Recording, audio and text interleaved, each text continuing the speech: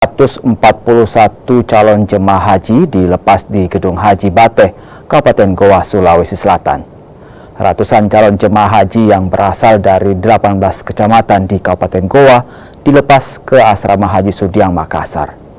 Calon haji tertua berusia 94 tahun.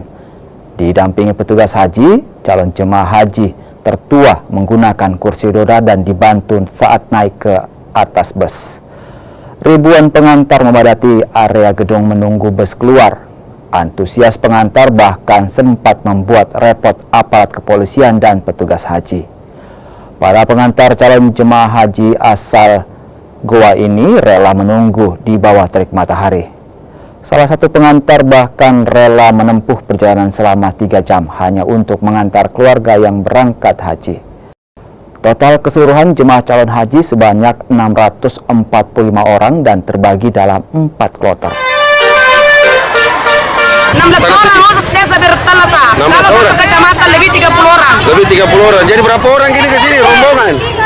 Satu jemaah haji biasa 16 mobil, 12 mobil, 8 mobil paling sedikit 1 orang.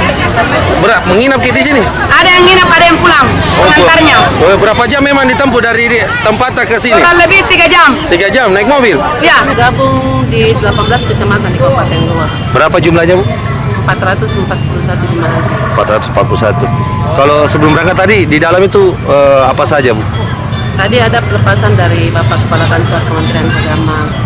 Bu, ini kalau kita banding dengan tahun lalu dengan tahun ini, antusias dari masyarakat tadi rame yang mana, Bu?